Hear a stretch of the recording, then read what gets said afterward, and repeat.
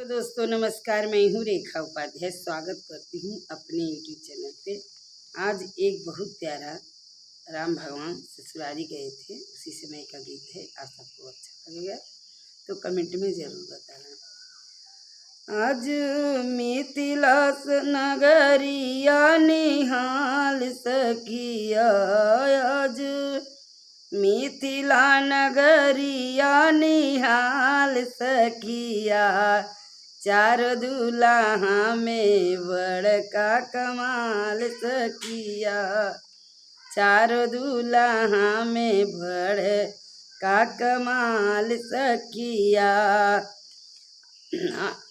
आज मिथिला नगरिया निहाल सखिया, आज मिथिला नगरिया निहाल सखिया, चारों दूल्हा में बड़का कमाल सखिया। मथवा मुकुट सोहे कनवा में कुंडल, मथवा मुकुट सोहे कनवा में कुंडल, कारी कर कजरा रे जुलमीन यनवा, कारी कारी कजरा रे जुलमीन यनवा, लाल चंदन सोहे इनके भाल सखिया, लाल चंदन सोहे इनके भाल सखिया, चारों दूल्हा में बड़का कमाल सखिया, चारों दूल्हा में बड़का कमाल सखिया।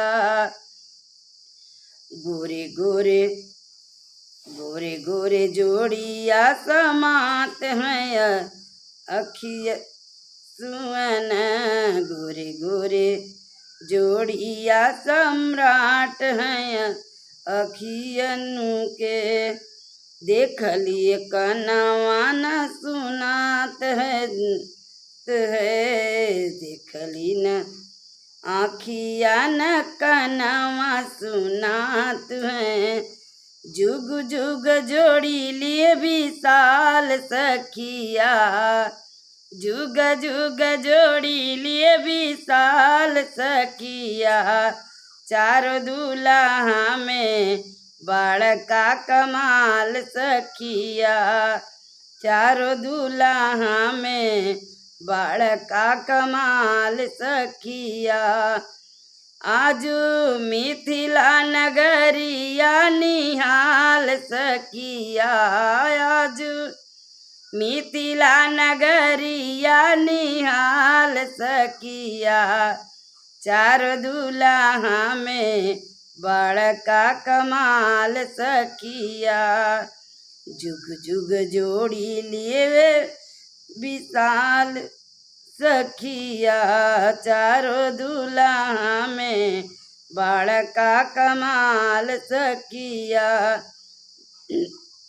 गगन मगन आज मगन धरतिया, गगन मगन आज मगन धरतिया, देखी दूल्हा सांवरी सूरतिया, देखी दूल्हा के सांवरी सूरतिया, आज बाल बल नारी सबे हाल सखिया, आज बाल बन नारी सबे हाल सखिया, चारों दूल्हा में बड़का कमाल सखिया, चारों दूल्हा में बड़का कमाल सखिया, जिनका नाम लेके जोगी मुनि जप तप कर ले, जिनका नाम लेके जोगी मुनि जप तप कर ले, से ही हमारे मिथिला में मेहमान भई, से ही हमारे मिथिला के मेहमान भइले, आज लोढ़वा से सेकाई उनका गाल सखिया, आजू लोड़वा से सेकाई उनकर गाल सखिया। चारों दूल्हा में बड़का कमाल सखिया। चारों दूल्हा में बड़का कमाल सखिया। आजू मिथिला नगरिया निहाल सखिया। चारों दूल्हा में बड़का कमाल सखिया।